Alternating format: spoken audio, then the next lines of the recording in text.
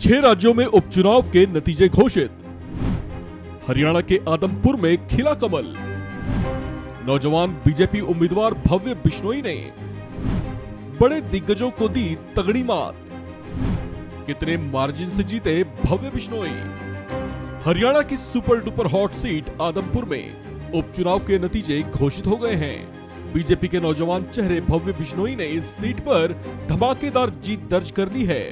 ये वो सीट है जिस पर बीजेपी, कांग्रेस के अलावा आम आदमी पार्टी ने भी एड़ी चोटी का जोर लगा दिया था, लेकिन जीत का सेहरा बंधा बीजेपी की ओर से उम्मीदवार रहे भव्य बिश्नोई के सिर पर।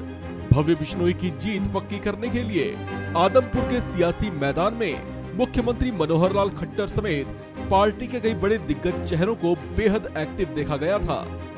हरियाणा की इस हॉट सीट पर बीजेपी के युवा चेहरे भव्य बिश्नोई के मुकाबले में कांग्रेस के दिग्गज नेता और पूर्व मंत्री जयप्रकाश को मैदान में उतारा गया था, जबकि आम आदमी पार्टी की ओर से सत्येंद्र सिंह मैदान में थे, लेकिन वे कोई खास कमाल नहीं कर पाए।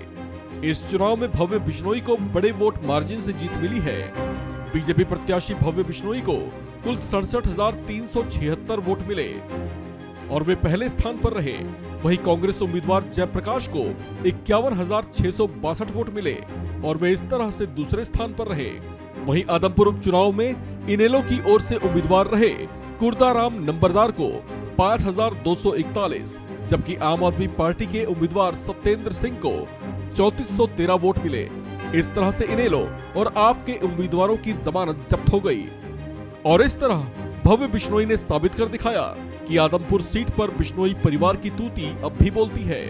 दरअसल भव्य बिश्नोई दिग्गज नेता कुलदीप बिश्नोई के बेटे और हरियाणा के पूर्व मुख्यमंत्री भजन लाल के पोते हैं। आदमपुर सीट को इनकी जबरदस्त पकड़ वाली सीट कहा जाता है, जिस पर पिछले 25 सालों से इनका दबदबा लगातार कायम है। ये सीट भव्य बिश्नोई के पिता कुलदीप बिश्नोई के इस्तीफे की वजह से खाली हुई थी। उन्होंने विधायकी से इस्तीफे के साथ ही बीजेपी की सदस्यता ग्रहण कर ली थी।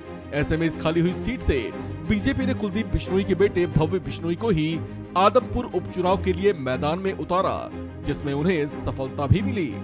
आदमपुर के पूर्व विधायक और बीजेपी के विजयी उम्मीदवार भव्य बिश्नोई के पिता कुलदीप बिश्नोई ने बेटे को उपचुनाव में मिली जीत का श्रेय प्रधानमंत्री नरेंद्र मोदी और हरियाणा के सीएम मनोहर लाल खट्टर को दिया है।